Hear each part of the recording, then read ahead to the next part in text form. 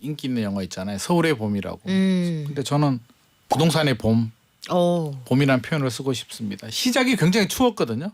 찬바람 불고 둔촌주공도 미분양 나고 막 그런 분위기였는데 금리 인상 멈추고 규제도 풀리고 상반기 반등하면서 사실 봄은 왔어요. 좀 따뜻했거든요. 청약 경쟁률도 좋았고요. 좋았는데 봄에서 여름으로 넘어가지는 못하고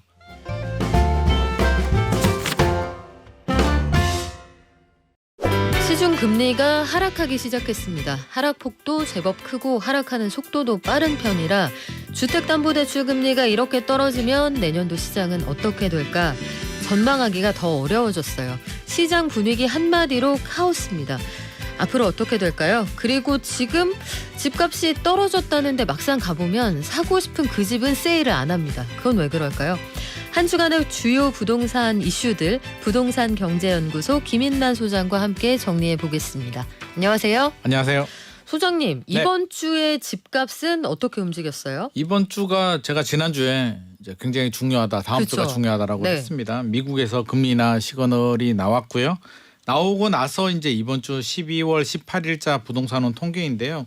반등에는 성공하지는 못했지만 하락폭을 줄이는 데는 성공한 것 같습니다. 전국이 지난주가 마이너스 0.04%였는데요. 이번 주가 마이너스 0.05%, 수도권도 마이너스 0.05에서 마이너스 0.06, 지방 서울도 다 0.01%포인트 살짝 떨어졌는데 이게 뚝뚝뚝뚝 떨어지다가 지금 살짝 떨어졌기 때문에 다음 주는 멈추지 않을까 하는 생각도 들고요. 전체적으로는 뭐 관망세가 짙어지고 급매물 위주로만 찾고는 있는데 거래는 한산한 상황입니다. 하지만 앞서서 이제 오프닝 멘트에서도 말씀하셨듯이 가보면 생각처럼 그런 급매물은 잘 없습니다. 아니 그건 왜 그래요? 그 신문 기사 같은데 보면 막 되게 사람들이 관심 많은 지역이 억식 떨어졌다 막 이런 제목이 있는데 가보면 왜 없어요? 우리가 몇 번 팩트 체크를 했지만 가보면 그렇지는 않고요. 우리 2022년 작년 12월 올 1월 같은 분위기는 아닙니다. 집주인들이 이제 호가를 막 내리고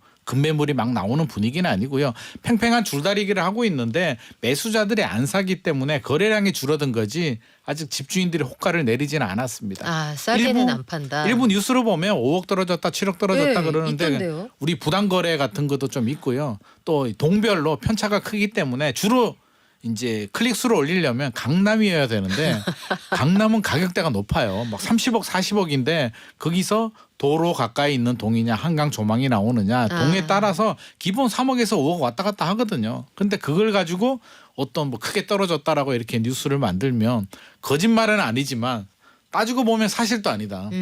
사실은 우리는 가서 지난달 또는 몇 달 전보다 떨어진 같은 동에 비슷한 층에 떨어진 물건을 찾아야만 우리는 그게 급매물인데 같은 조건이 아니기 때문에 저는 아직은 아니다. 그리고 지금 여러 가지 상황을 보면 금리도 지금 기준금리는 아직까지는 뭐 움직이진 않고 있죠. 똑같고 언제 내릴지도 모릅니다. 모르는데 대출금리가 또 생각보다 빨리 내려오고 있기 때문에 또 다른 또 변수가 될 수 있지도 않을까 싶습니다.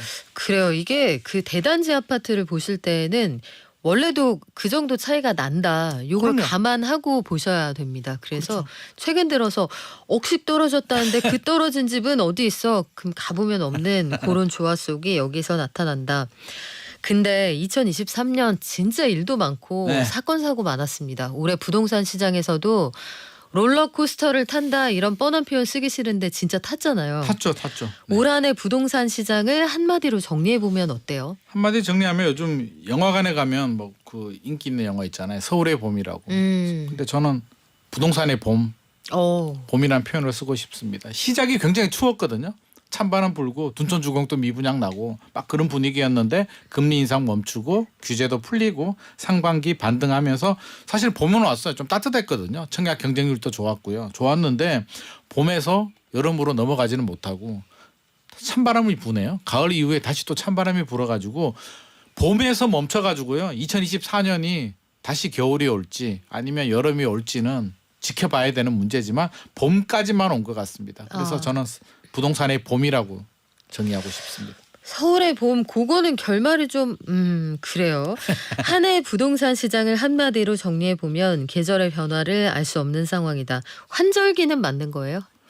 지금이 환절기인지 이것도 이상 기온인지도 헷갈릴 정도인데 흐름 자체를 보면 여름으로 가기엔 좀 어려울 것 같고요. 제가 볼 때는 조금 더 찬바람이 좀 더 불어야만 우리가 좀 적응을 해야 되거든요. 계절도 여름이 가면 겨울이 와야 되듯이 네. 그동안 너무 뜨거웠기 때문에 조금 더 열기를 식힐 필요는 있을 것 같습니다. 여름에서 겨울로 바로 가면 좀 헷갈리잖아요. 가을 찍고 바로 가기엔 가야지. 좀 어렵겠죠. 네. 그래서 항상 찬바람이 좀 불다가 약간 훈풍 또 불다가 이런 보합세가 조금 더 이어지는 게 정상적인 흐름입니다. 그리고 지역마다 이 회복과 하락의 속도가 참 많이 달랐다 이런 생각이 드는데 네. 지금도 게시판에 보면 아우 저희 동네는 집값이 많이 떨어져서 걱정됩니다 이런 분도 계시고 네. 다른 분들은 아유 도대체 어디가 떨어졌단 얘기예요. 내가 가보니까 하나도 안 떨어졌는데 이런 분들도 계시거든요. 네네.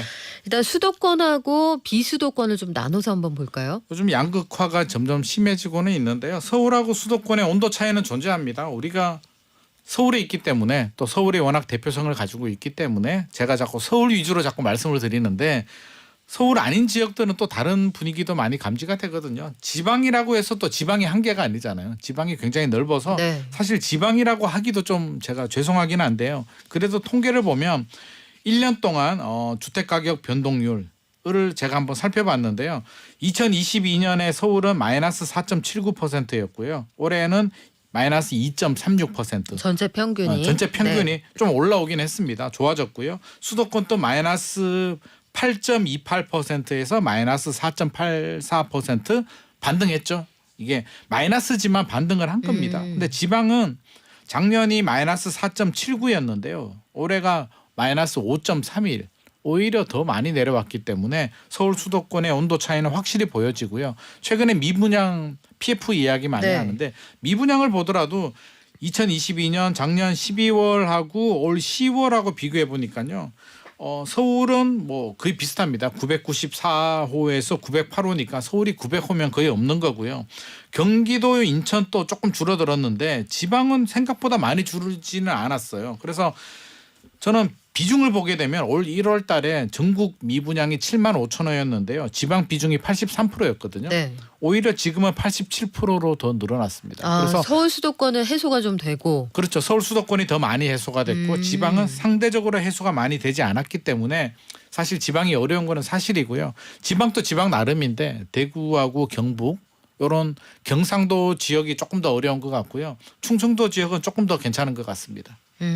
역시 이게 일자리 문제하고 맞물리지 않을까 싶어요. 그 네. 충청도 일대 세종시 있고 그 근처에 보면 뭐 반도체 라인 이런 것들이 있으니까요. 그럼요. 네네.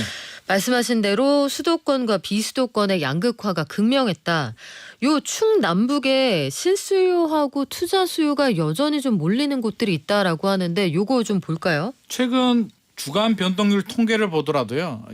그 부동산원 리포트를 보면 이게 그래프하고 표가 나오는데 상승 하락 지역이 딱 구분이 되는데요. 표를 보면 충청도만 지금 상승을 보이고 있는데 실제로 지금 충청도가 청약시장도 그렇고요. 전체적인 분위기가 괜찮습니다. 뭐 괜찮다는 표현이 상대적인 비교이기는 합니다만 부동산 R114에서 조사 결과가 나왔는데 집합건물, 우리 집합건물이라고 하면 아파트, 다세대, 연립주택 이런 거 합치는 그런 거 이렇게 건데 이름을 어렵게 지어요. 그냥 알아듣게 이게 지으면 안 법적인 돼요. 용어라 가지고요. 이게 네. 민법 용어라서 집합 사실 건물. 네. 좀 저도 마음에 안 듭니다. 이게 좀. 그래서 아무튼 네. 서울은 같은 기간 작년하고 비교해 가지고 7.8%가 줄어들었어요. 줄어들었는데 충청남도는 32.6%, 북도는 4.6%가 오히려 늘어났습니다. 거래량이. 그래서 충청도 지역이 분위기가 전체적으로 좀 괜찮은 상황이고요. 생애 최초 매수자도 늘어났습니다. 그래서 왜 이렇게 늘어났나? 최근에 참 뉴스 보니까 충청도에 이제 좋은 그 청주시에 네. 좋은 지역 중에 이제 가경동이라고 있습니다. 버스 터미널도 있고요. 아이파크가 좀 유명한데 네. 6단지가 청약 경쟁률이 굉장히 높게 나왔거든요. 709가구 모집에 6만 9천 가 6만 9천 가구요? 예. 1000세대도 안 되는데? 그렇죠. 709가구 모집에 6만 9천 건이 접수가 돼가지고 이야. 어마어마하게 이제 경쟁률이 높게 나왔는데 물론 가격 경쟁력이 있습니다. 분명한 사실은 절대 충청도라도 높은 고분양가를 좋아하지는 않습니다. 가격이 저렴하게 나온 것은 분명한 사실이고요. 그래도 다른 지역에 비해서 분위기가 좋은 이유는 앞서서 말씀하셨듯이 세종시 같은 인근에 좋은 양질의 좋은 지역들이 있는데 그 지역보다는 상대적으로 좀 저렴하기도 하고요. 일자리 일자리가 좀 굉장히 많이 생기고 있습니다. 반도체도 그렇고요. 최근에 뭐 생명과학단지, 네. 산업단지 쪽이 충청도 청주 쪽에도 굉장히 많이 생기고 있고 결국에는 제가 볼 때는 일자리가 굉장히 중요한 것 같습니다. 좋은 양질의 일자리들이 많이 생기고 있기 때문에 실수요자뿐만 아니라 투자 수요들도 지금 유입이 되고 있는 상황이고요. 가격 경쟁력도 있기 때문에 모든 게 좀 겹쳐진 상황인 것 같습니다. 그러게요. 그래서 저도 부동산 시장 볼 때 바로미터로 보는 게 어린이집이에요. 아, 그렇죠. 중요하죠. 어린이집이 늘어나거나 촘촘하게 많이 있어서 선택의 여지가 있다. 그럼 그 동네는 집값이 오른다는 뜻입니다. 맞습니다. 신혼부부가 유입되고 인프라가 괜찮다는 뜻이어서 학군도 있다. 요거 하나의 그 리트머스 종이처럼 활용해 보시면 좋을 것 같고. 자, 그래서 네. 올해는 혼돈의 시기였다. 계절을 잘 모르겠다. 네. 이상 기온인지 환절기인지 모르겠다. 새해에는 부동산 시장이 전체적으로 봤을 때요. 네. 거시적으로 봤을 때 어떻게 상승장이에요? 보합이에요? 아니면 일각에서 이야기하는 것처럼 하락장이에요? 저는 보합으로 보고 싶은데요. 일단 뭐 변수 빼고요. 금리 정책적인 변수는 어떻게 움직일지 모르니까 변수를 빼버리게 되면 주택시장은 분위기 한번 결정되면 6개월 이상 가기 때문에 추석 이후에 꺾였거든요. 그러면 이런 분위기가 내년 한 3월, 4월까지는 갈 것 같고요. 그러면 집주인들이 호가 좀 내리겠죠. 호가를 내려줘야 됩니다. 내리면 또 매수 대기자들이 들어와요. 우리 충청도 아까 가경 아이파크도 네. 경쟁률 높게 나왔잖아요. 그리고 가격 경쟁력이 있다는 얘기고요. 서울 수도권 지역들도 지금 분양가 상한제가 적용되는 단지들은 경쟁률이 높게 나오기 때문에 투자 심리 살아 있습니다. 그러면 가격 조정되면 또 반등을 하기 때문에 저는 상반기는 조금 주춤하다가 하반기는 매수 대기자들이 가격 조정만 된다면 충분히 들어올 것 같고요. 여기에 또 여러 가지 변수들이 굉장히 많잖아요. 그렇죠. 신생아 대출도 있고 네. 전세 가격은 또 올라가고 공급은 또 부족한 부분도 있고 맞물리기 때문에 폭락까지는 연결되지는 않을 것 같습니다. 일각에서는 뭐 폭락 온다라고 하는데 저는 거기에 동의할 수는 없고요. 약간 조정되는 정도에다가 또 반등이 가능할 것 같고 금리가 금리가 어떻게 진짜 될지. 크지 않을까요? 금리가 굉장히 크죠. 지금 그렇죠. 굉장히 큰데 금리는 두 가지로 봐야 됩니다. 기준금리 봐야 되고요. 실제로 은행에서 실행이 되는 대출금리를 봐야 되는데 기준금리는 미국에서 이제 세 차례 인하 시그널이 나왔잖아요. 그러면 제가 볼 때는 내년 2024년 하반기에 한 번 정도 내리지 않을까 기준금리. 저는 그렇게 예상하는데요. 항상 우리 예상하고 다른 상황이 또 발생할 수도 있잖아요. 저는 상반기에 내릴 것 같아요. 그럴 수도 있어요. 그러면 자 우리가 이렇게 예상을 하는데 우리 예상과 다르게 상반기에 인하가 되고요. 인하도 기준금리가 한 번이 아니라 두 번, 세 번이 인하된다라고 하면 굉장히 긍정적인 시그널이 되기 때문에 투자 심리 회복에 굉장한 도움이 될 것 같고요. 그러지는 않겠으나 만에 하나 금리가 인하가 안 돼. 기준금리 인하 안 되고요. 오히려 0.25 올랐어라고 하면 굉장한 패닉이 올 것 같습니다. 뭐 더 오르기는 어려울 것 같고 부동산 시장의 근데 이제 PF 뭐 대출 예상치 같은 못하는 것들. 상황이 발생하면 네. 하락이 될 수도 있는데 그런 상황은 일단 아닐 거라고 저도 생각은 하고 있고요. 일단 대출 금리도 좀 변수가 될 수도 있을 것 그렇죠. 같습니다. 생각보다 지금 대출 금리가 좀 많이 내려오고 있어요. 저는 어제 갓 대출을 받으셨다는 분 얘기를 들어보니까 5대 시중은행에서 3.8%에 받으셨더라고요. 고정금리. 네, 본인보다 더 좋은 조건에 받은 사람도 있다. 고정금리가 많이 내려왔어요. 3.4에 받은 사람도 있다라고 지금 제가 어제 들었습니다. 국민은행이 네. 3.3인가요? 3.4까지 3.39 내려왔다고. 까지 내려갔죠. 네, 3.4 가까이 내려왔는데 이게 방식이 좀 다릅니다. 고정금리는 약간 회사채로 움직이기 때문에 미국이 세 차례 인하 시그널이 나와서 좀 미리 선반영된 부분이 있고요. 지금 분위기라면 한 달, 두 달 안에 아마 변동금리도 좀 내려오지 않을까 생각이 됩니다. 그러면 자 기준금리는 내려오지 않았는데 이렇게 고정금리, 변동금리, 대출금리가 내려오게 되면 상황이 또 달라지죠. 그러면 상반기에 하락이 아니라 또 상반기에 반등할 수도 있기 때문에 좀 예의주시해야 될 것 같습니다. 아, 시장 금리는 기준 금리가 쐐기를 확 박아주는 게 아니면 이거는 그렇죠. 약간 줏대 있는 금리가 아니다. 그렇죠. 그리고 상황에 따라 왔다 갔다 한다. 기준금리가 아마 몇 달 안에 한번 내려와주면 말씀하신 것처럼 문제가 없는데 대출금리 먼저 내렸는데 기준금리가 계속 안 내리게 되면 다시 올라가거든요. 그래서 결국에는 또 연동이 되기 때문에 일단 변동금리 고정금리가 지금 고정금리 먼저 시동을 걸었고요. 이제 변동금리가 뒤따라 내려올 텐데 결국에는 또 기준금리가 뒤따라 와줘야 되는 또 그런 시나리오대로 움직일지도 좀 지켜보는 게 관전 포인트가 될 것 같습니다. 그러게요. 이게 시장 금리가 참 비열이 낮아서 어제 제가 말씀드렸던 그 사례는 그래서 등기하려고 보니까 등기할 때 우리 채권 할인하지 않습니까? 네네.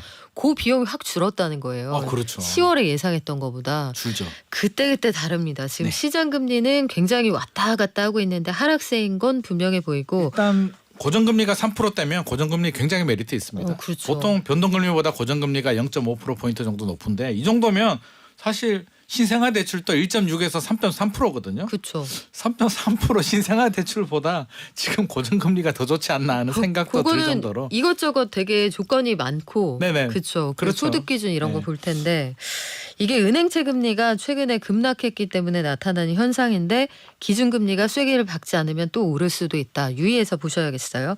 그리고 내년에 한국도 마찬가지고 미국도 마찬가지고 큰 정치 이벤트가 있잖아요. 그렇죠, 그렇죠. 요때 이런 것도 좀 부동산 정책에 반영이 되지 않을까요? 일단 금리 같은 경우는 이제 미국을 보면 미국 대선이 있잖아요. 그래서 아마 미국이 금리를 내릴 수밖에 없는 상황이 저는 될 것 같고요. 우리나라 같은 경우는 4월에 총선이 있는데 총선 앞두고 이제 많은 분들이 강남 언제 풀려? 강남 규제 지역 언제 풀려라고 하는데 저는 강남 규제 지역은 풀기 쉽지 않을 것 같다라는 생각은 듭니다. 너무 위험해요. 지금 강남 풀었다가 대출 금리도 내려오는데 이게 또 폭발력이 있기 때문에 절대 풀지 못할 것 같고요. DSR도 못 풀 것 같습니다. 오히려 스트레스 DSR 더 강화될 것 같고 풀어준다면 저는 개인적으로 이게 토지거래가구역 한번 살짝 기대를 해보거든요. 왜냐하면 지금 토지거래가로 지정이 되면 실거주해야 되잖아요. 2년 실거주해야 되는데 이게 4월에서 6월이 이제 갱신 기간이거든요. 3년 지났고 이제 2년 남았는데 2025년에 풀어주는 것보다는 4년이 좀 더 효과적이니까 보면 지역별로 보면은요. 삼성동하고 잠실 쪽은 4월이고요. 갱신 기간이. 압구정, 여의도, 목동, 성수는 6월이거든요. 총선하고 맞물리기 때문에 어차피 풀어준다면 저는 총선 앞두고 풀어주는 게 좋지 않을까. 제가 서울시장이라면. 왜냐하면 네. 이거 풀어줘도요. 집값이 뭐 폭등하거나 그러지 않습니다. 네, 토지거래 허가구역은 사실 지난해 이후에 올해 시장이 쭉 흘러가는 거 보면서 조금씩 뭔가 좀 해체되지 않았어요? 맞아요. 지금 아파트 빼고 나머지는 조금씩 풀어주고 있는데 네. 시그널을 주고 있는데요. 이게 불편할 뿐이거든요. 실거주 해야 되는 사람만 살 수 있다면 불편한 거지 못 사는 게 아니에요. 그러면 집값이 오를 것 같으면 어떻게든 산단 말이에요. 그래서 이거를 지정하고 풀어준다고 해서 저는 크게 영향이 없다라고 보기 때문에 4월 총선 앞두고 풀어주는 게 제가 서울시장이라면 풀어줄 것 같고요. 나머지 뭐 메가시티, GTX 같은 뭐 지역개발 호재들은 정책들은 좀 적극적으로 나오지 않을까 싶습니다. 근데 총선 앞두고 풀어주면 너무 티나잖아요. 그래서 반대하는 사람도 있지 않을까요? 그래도 티가 나야 표가 되지 않을까요?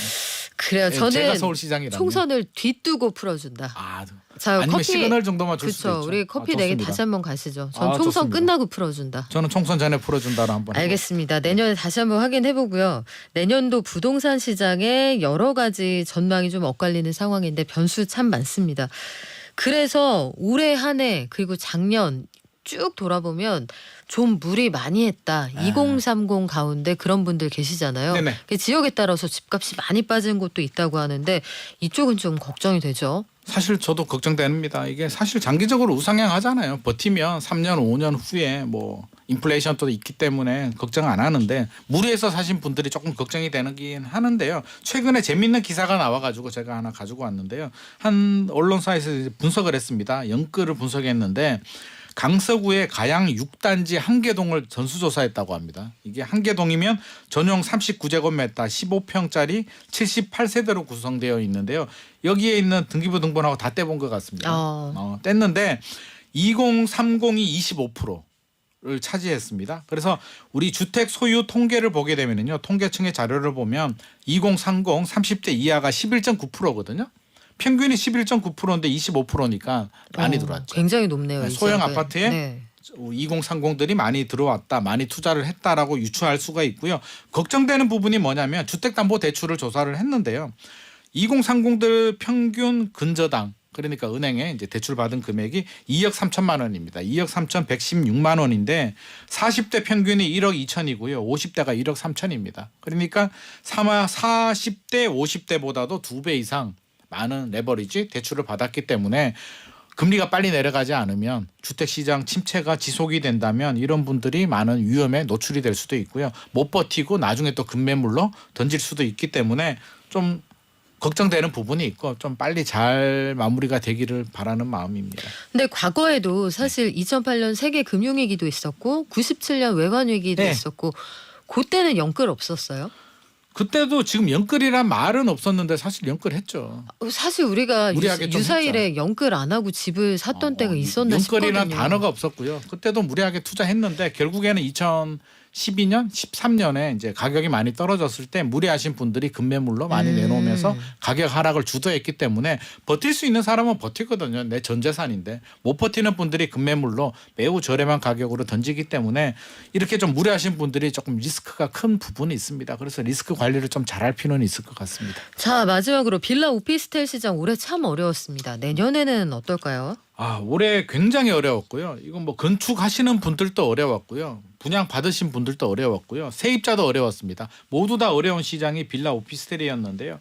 2023-4년 내년에도 완전히 장밋빛으로 돌아서기는 저는 현실적으로 좀 어렵지 않나 싶고 저 개인적으로 볼 때는 일단 전세 시장이 회복이 돼야 되거든요. 전세 가격이 올라가줘야 매매 가격도 밀어 올리기도 하고요. 버텨주기도 하고 모든 순환 구조가 만들어지는데 지금 전세가 신뢰가 무너져가지고요. 아파트는 괜찮은데 빌라 오피스텔은 그냥 불안하다고 합니다. 따져보지도 않고 불안하니까 나 그냥 월세 갈래. 소형 아파트로 갈래 이렇게 나오고 있기 때문에 이 신뢰를 회복하기 전까지는 2024년에도 좀 어렵지 않나 싶습니다. 그리고 빌라 오피스텔에서 빠져나오는 그 수요가 아파트 시장의 그럼요. 전세 가격을 받치고 있다. 맞습니다. 이런 결론이 가능하겠네요. 아파트 전세 가격은 또 강세가 되고 있죠. 그래요. 이거 좀 지나면 이게 매매가 밀어 올리는 거 아니에요? 아파트 같은 경우는 매매 올릴 수는 있는데 저는 2024년에 올릴 것 같지는 않고요. 이게 과거 사례를 보더라도 1년, 2년, 3년, 4년 누적이 되면 결국에는 밀어 올리더라고요. 그래서 지금 누적되고 있는 공급 부족, 전세 가격 네. 상승이 결국에는 상승 압력 요인으로 작용이 될 것 같습니다. 네, 지금까지 부동산경제연구소 김인만 소장이었습니다. 고맙습니다. 감사합니다.